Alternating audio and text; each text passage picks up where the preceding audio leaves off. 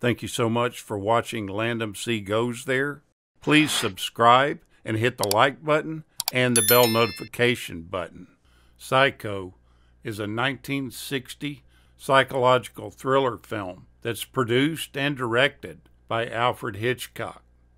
The screenplay was written by Joseph Stefano and was based on a novel from 1959 that bared the same name. The film stars Anthony Perkins, Janet Leigh, Vera Miles, John Gavin, and Martin Balsam.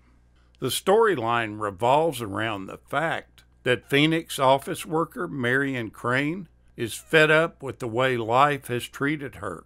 She has to meet her lover Sam on lunch breaks, and they can't get married because Sam has to give most of his money away in alimony. One Friday, Marion is trusted to bank $40,000 by her employer.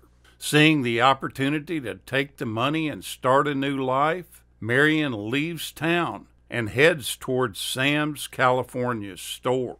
Being tired after the long drive and also being caught in a storm, she gets off the main highway and pulls into the Bates Motel.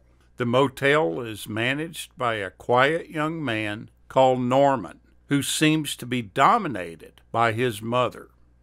In the opening scene, Marion is wearing a white bra.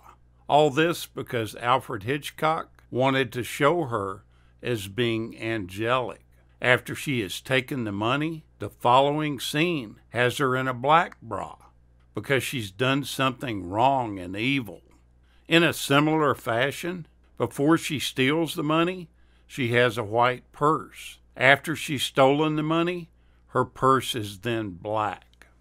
While Marion is having a conversation with Norman in his parlor, Norman says in reference to his mother, "She had to raise me all by herself after my father died. I was only 5, and it must have been quite a strain for her."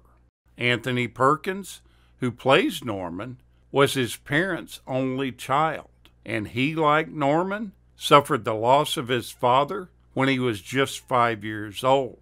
From then on, he was raised by his mother alone.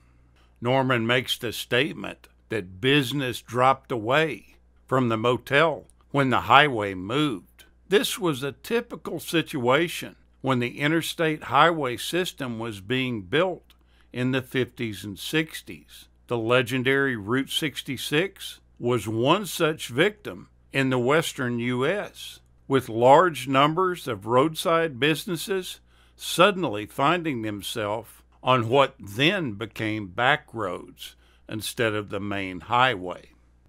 To spy on Marion, Norman removes a painting that's titled Susanna and the Elders, that's hiding a peephole in the wall behind it.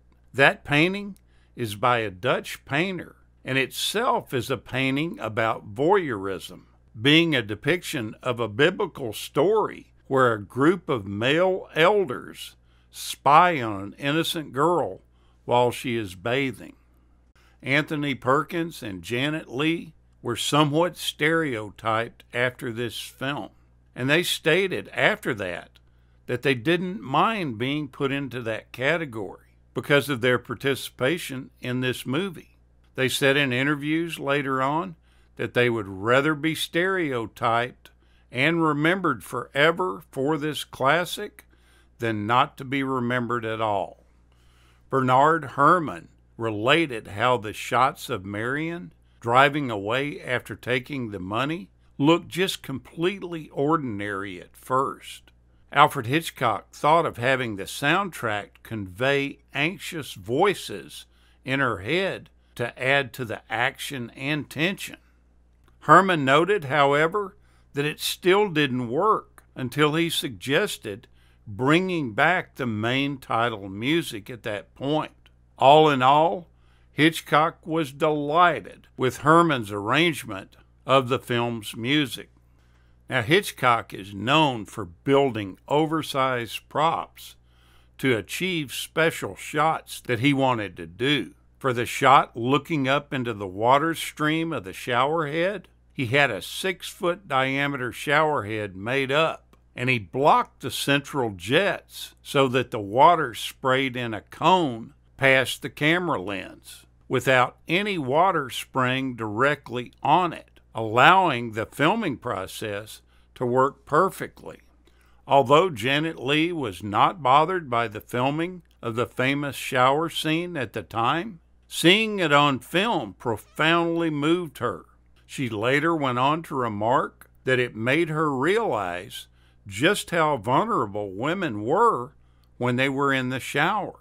To the end of her life from that point on, she always took baths.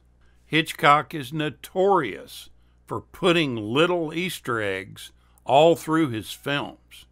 And there's several references in this movie to his movie The Birds.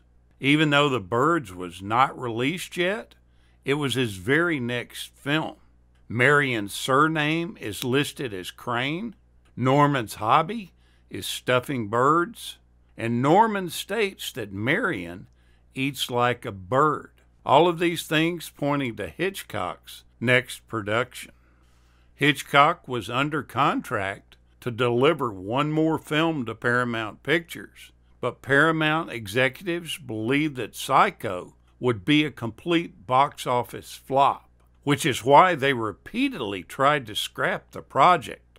They felt that the original novel was too repulsive and impossible to adapt to film. Psycho was one of the last major productions in Hollywood to be released in black and white film.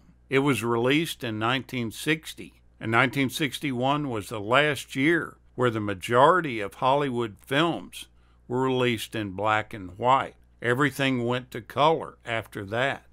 In later interviews, Alfred Hitchcock and Janet Leigh categorically stated that it was her in the shower scene, but it wasn't. Now, there were quite a few shots of her, but a lot of the downward-facing shots that show her entire body were not her at all. They belonged to a model named Marley Renfro. When you can't see Lee's face in the shots, you're looking at her body double. She only made $500 for the filming, which would go on to become one of the most iconic movie scenes ever done. She was a Dallas-born stripper who worked in Las Vegas. And she was also one of the very first people that was a Playboy bunny. Apart from Psycho, she only appeared in one other film. Take a look back at Psycho. It's definitely an interesting film. Thank you so much for watching, and we'll continue to chase the classics.